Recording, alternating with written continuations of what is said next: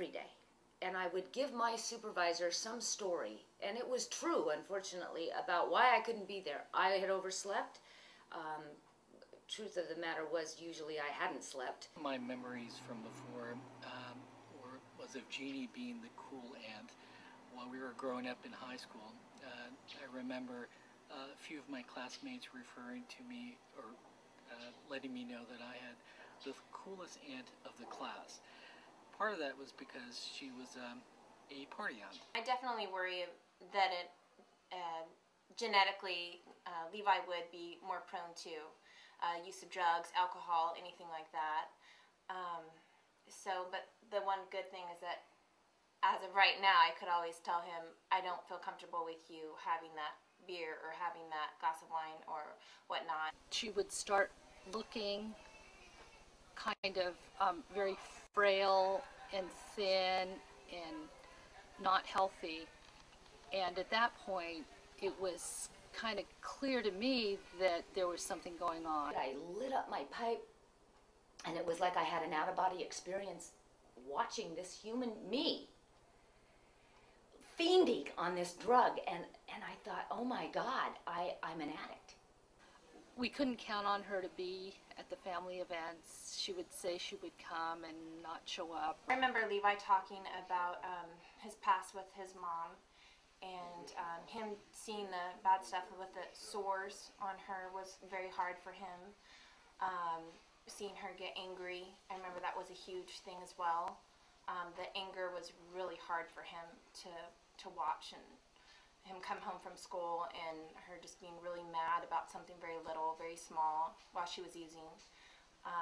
And I know that was difficult on him and his heart. One of the hardest things I've had to face and remember and know is the impact of my addiction on my only son. So the first 7 years of his life, he had a mom who's an addict. And yes, I was employed, and I got him to school most days on time, but definitely an addict whose sole purpose or primary purpose was to get high. She's gone on to get her master's degree, which is quite an accomplishment alone. She is the perfect example of everything that you can become if you strive to do it and you want to do it. She is just everything that people should look at and look for and look to. It's possible and it's doable and it can happen. I was just using crank. It was just fun. As an Asian with a drug problem was tough to deal with.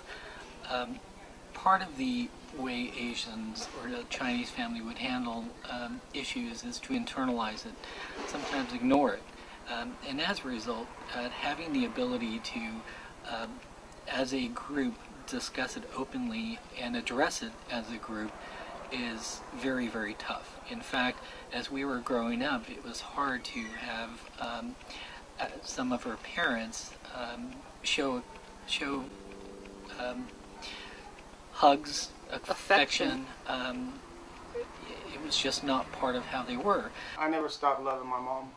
They have supported me in my recovery, and so here I am with 30 people that I'm guiding and leading as a supervisor, and able to demonstrate that whatever your imperfections or your impasses or your addictions are, you can rise above them. There's just so many people, I think, that don't speak out, and that's why it's such a problem, is that it's so hidden, and it shouldn't be hidden. It should be out there. Success stories like Jeannie's should be out there, and people that are using should say, hey, I need help. I feel like a family now. Thank God I got clean, because the casualties of addiction are not just me, it was my baby too, and we saved ourselves.